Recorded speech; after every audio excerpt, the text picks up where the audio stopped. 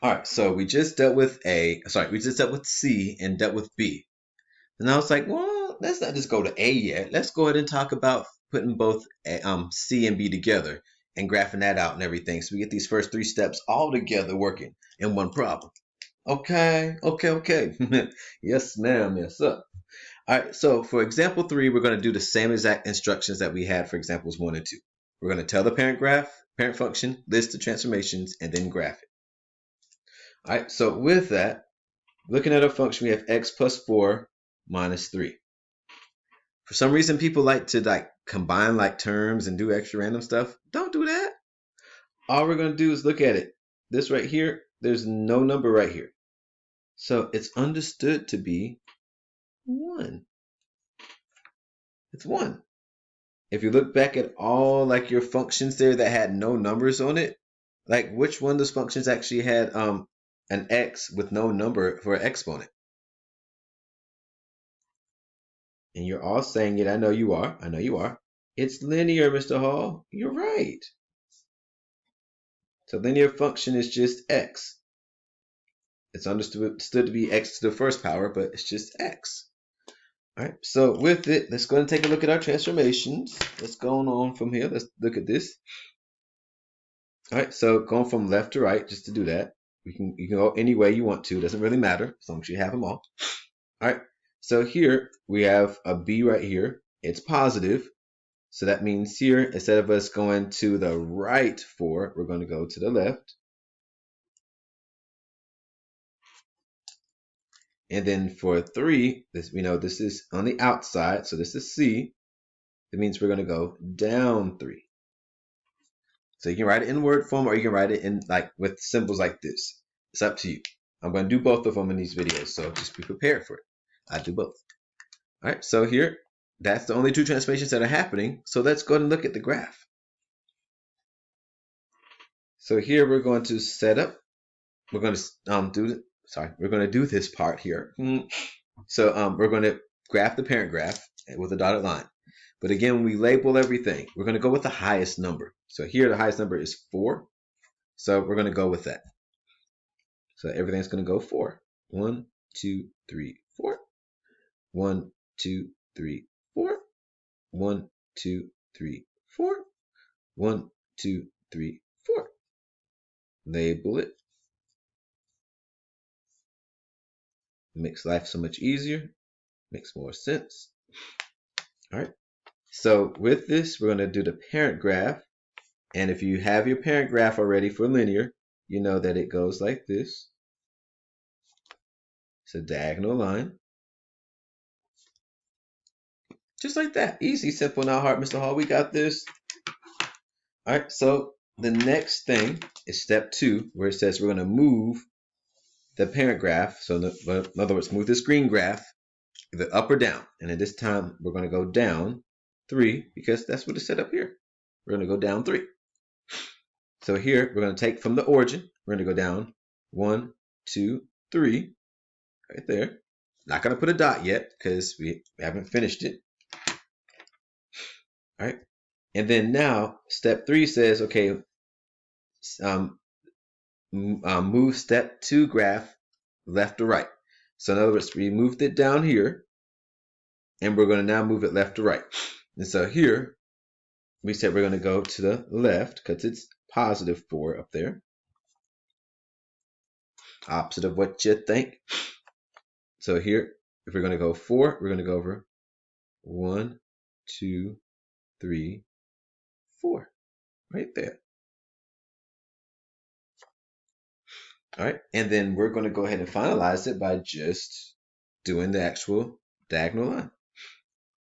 So we went down 3, 1, 2, 3. We went over 1, 2, 3, 4. And then we make our diagonal line.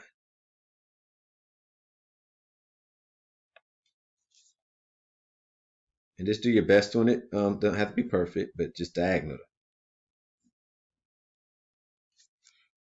All right, cool. And that's it, guys. All we did was we went down 3 here. We went to the left 4. Just like we said right up here. And that's our graph. All right, so we're gonna do one more. This one we're gonna throw in an exponential function. I already told you what the function is, but exponential function. So this is e to the x minus 3 plus 5. So the e right there tells you, well, the e to the x right there tells you this is exponential.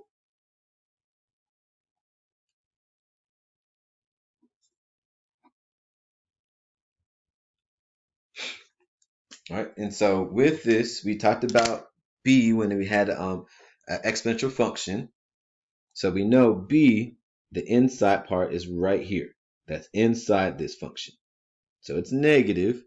So it means we go opposite of what you think. It's going to go to the right 3. Right? And then that 5 right there is your c.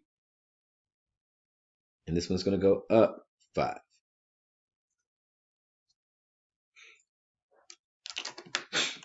I have all that space there because I was actually going to write out in words and everything. But I can do that too. Let me write out in words really quick. Let me do that. All right, so, wrong one. So here it's going to move right 3. And then here it's going to move up 5.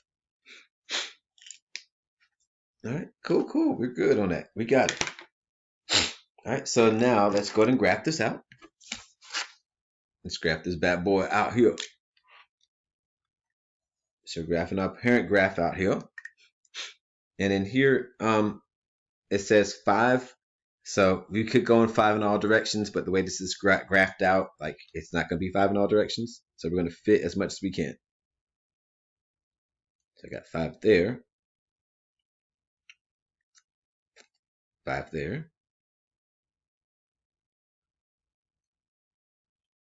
I'm going to do 7 there because the reason we need to do 7. There's a reason for that.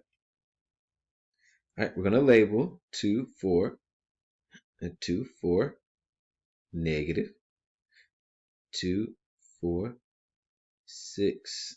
And there's a reason why we did that high.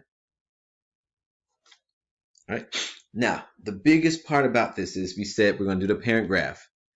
For exponential functions, your parent graph has an asymptote in it. So it means you have to have the asymptote in your final answer. Exponential functions have asymptotes.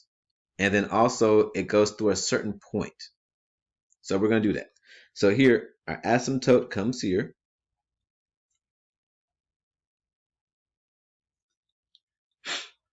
And it's always going to go through 0, 1.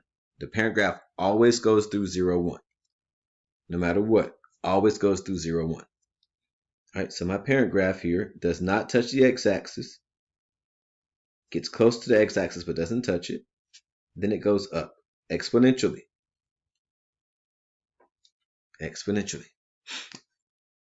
Right? So with this, what's happened in the last functions, all the other functions we've talked about, we've always started from the origin and moved it from there. This time we're going to move it from that 0, 1 right there. Because that's the point. It does not touch the x-axis at all. It just touches that point and then moves. So here, for step 2, we're going to take this parent graph right here and we're going to move it up 5. So we're going to take this point right here at 0, 1, 0, 1, not 0, 0, but 0, 1. Move it up 1, 2, 3, 4, 5. Okay, so we move that up 5. Again, don't put a dot there yet. Don't put that there yet because we're not finished. All right. And then it says from that point that we moved up the step 2 graph, and we're going to move it left or right. So that means we're going to move it right. And sorry, we didn't put this 2. Went up. All right, so we went up there. We went to the right.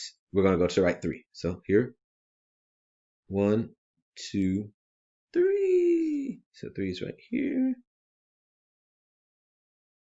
3. So we put a dot right there.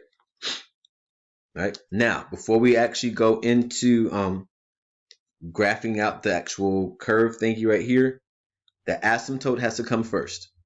So the asymptote is always going to be one spot lower. So the point's right here. The asymptote is going to be one point below. So just like here, 0, 1 was right here. The asymptote was 1 point below. Here, the asymptote is going to be 1 point below. So it's going to be right here. That's where our asymptote is going to go. And then we're going to graph you out. Take it up. It's expanding quickly. Exponential, expanding quickly. All right, guys, and that's it. So even though it's an exponential function, it still did not change the transformations here. Every function that we did for our parent graph notes, every one of those functions work for these transformations. I promise you it will. So don't make up your own transformations. Don't try to make up your own things and do extra work that's not a part of it. Just figure out the transformations, make it happen, and graph it out. Make it happen, Captain. All right. See you on the next video.